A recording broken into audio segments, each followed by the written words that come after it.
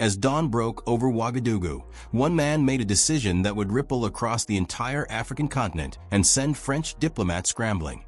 And it all happened so quietly that most of the world missed it. In a single strategic move, Ibrahim Traoré had just transformed a fragile coalition into a continental powerhouse, and the old guard of global politics would never see Africa the same way again. This is the story of the Alliance of Sahel States, a political earthquake that shattered decades of Western dominance, and the bold question it raises: is Africa finally taking back control of its own destiny? Or are we watching the opening act of a geopolitical crisis that could reshape the entire world order? Let's rewind to understand what just happened, because the context here is everything. For generations, the Sahel region, that vast stretch of African territory stretching from the Atlantic to the Red Sea, has been a playground for external powers. France, in particular, maintained an iron grip on this region since colonial times, wielding influence through military bases, economic leverage, and political networks that ran so deep they seemed permanent. The people of Burkina Faso, Mali, Niger, and other Sahel nations had grown accustomed to decisions being made in Paris before they were made in their own capitals. It wasn't always explicit, but it was always there, a silent hand guiding the direction of nations, determining who ruled, what policies mattered, and whose interests took priority. But something changed. Something fundamental shifted in the consciousness of African leaders, and it started with the rise of a new generation who refused to play by the old rules. Enter Ibrahim Traoré. By the time he consolidated power in Burkina Faso, he wasn't just another politician seeking office. He represented something different entirely. He represented a new African consciousness, one that asked a radical question. What if we stopped asking permission from Paris and started making decisions for ourselves? What if we pooled our resources, our military strength, and our political will, and created something that couldn't be ignored or pressured into submission? That question became the genesis of the Alliance of Sahel States, and what started as a loose coalition of 3 nations rapidly evolved into something far more formidable than anyone anticipated. The alliance itself wasn't new, but its transformation was dramatic. Mali, Burkina Faso, and Niger had initially formed the AES, and they were already showing signs of unity. But here's where the story gets fascinating. The alliance was still considered vulnerable, still somewhat fragile. Regional observers and Western analysts watched it with skepticism, convinced it would crumble under pressure or dissolve into factional disputes. After all, the Sahel was known for instability, for power struggles, for conflicts that no outside force could seem to resolve. How could 3 nations, each facing internal challenges and security threats, possibly maintain unity? That was the question everyone was asking. Then Traoré made his move, and everything changed. The decision to bring Chad into the alliance wasn't just an expansion. It was a strategic masterstroke. Chad isn't just another Sahel nation. It's a crucial node in the regional geography. Its location, its military capabilities, its strategic importance in Central Africa, all of it mattered enormously. By pulling Chad into the fold, Traoré was signaling something profound to the international community. This wasn't a temporary coalition of struggling states. This was the beginning of a unified bloc that stretched across multiple regions, unified in purpose, and determined to chart its own course. And the speed of this maneuver shocked observers worldwide. This wasn't something negotiated over months or years with endless diplomatic conferences. This was decisive, calculated, and executed with the precision of a leader who understood exactly what he wanted and had the political capital to achieve it. Within what felt like moments, the AES transformed from a loose association into something with real structural coherence. Military coordination became possible. Intelligence sharing became institutionalized. Decisions could be made collectively and implemented swiftly.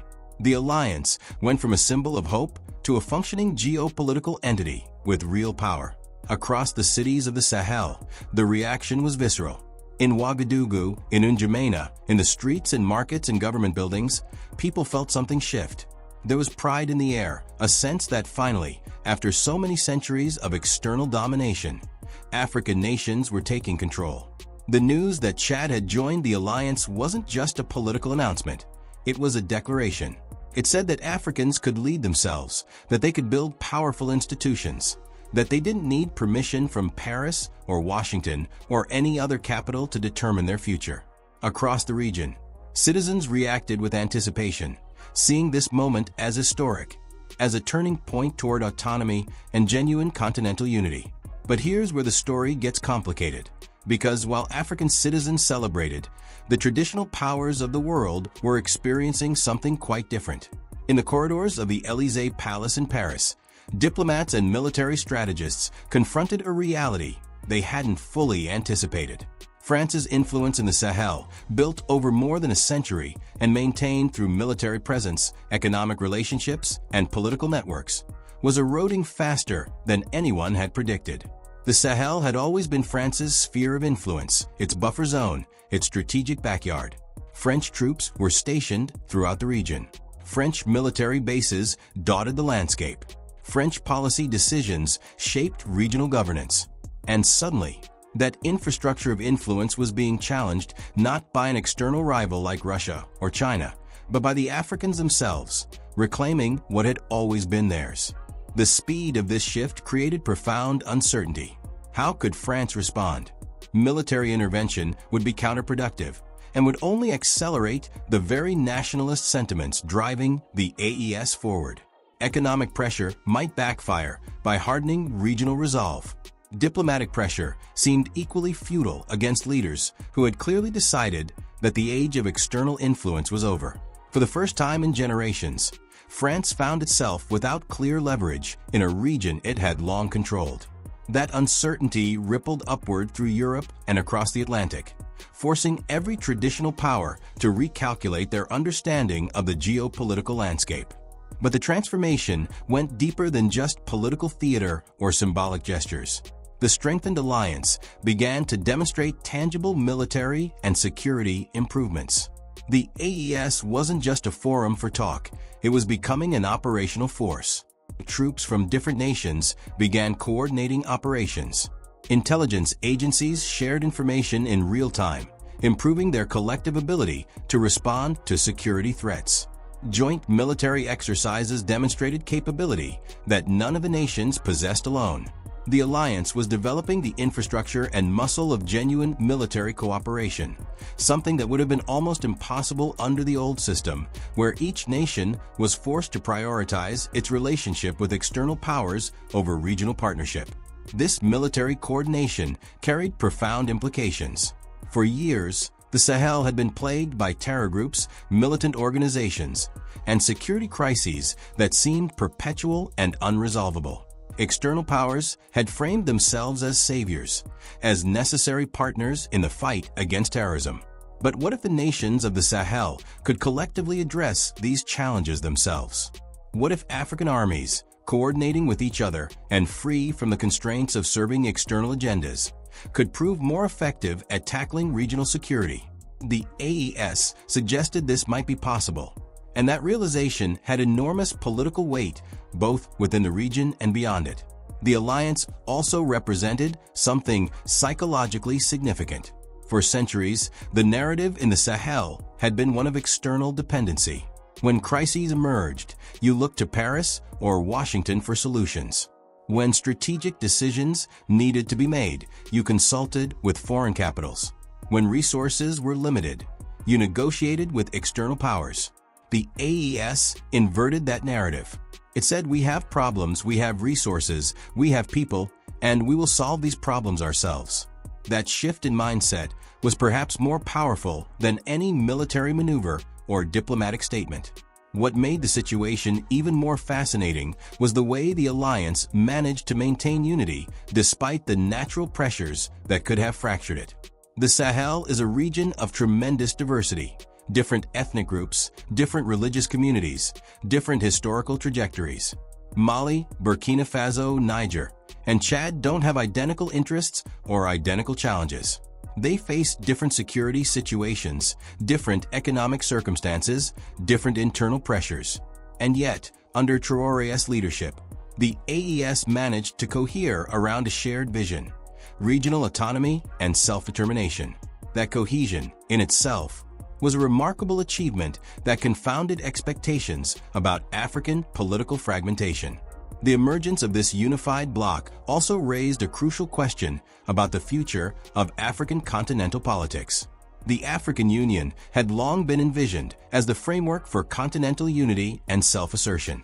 But it was often characterized as toothless, unable to enforce unified action, and frequently compromised by the competing interests of its member states and their relationships with external powers. The AES, by contrast, demonstrated that a smaller coalition of nations with shared strategic interests could move quickly, decisively, and effectively.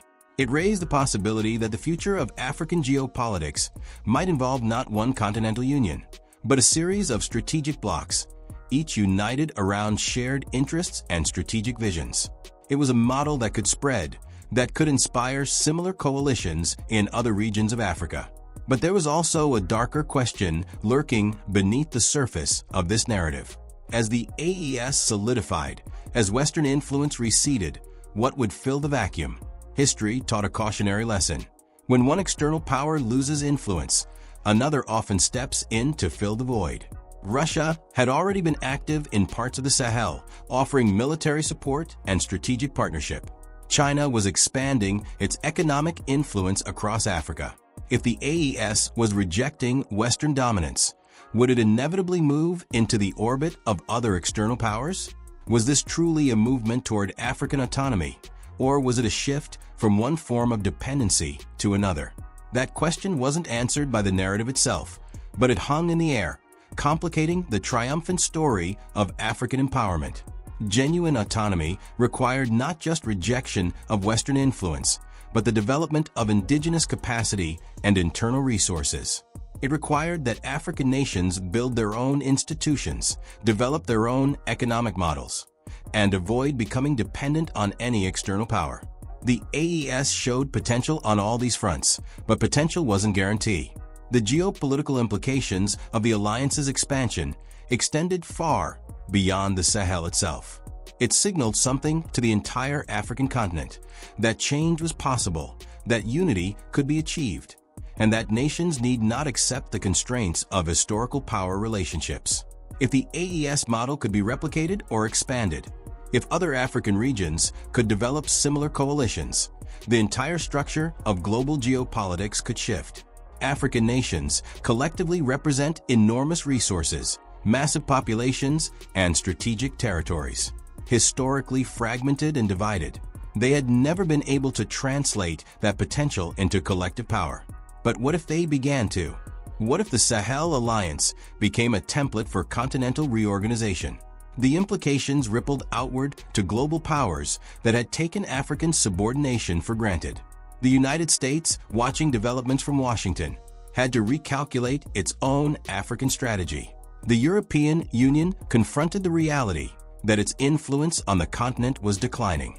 Even Russia and China, despite their growing African engagement, had to adjust to the reality of increasingly assertive and autonomous African nations who weren't simply choosing one patron over another, but attempting to actually direct their own affairs.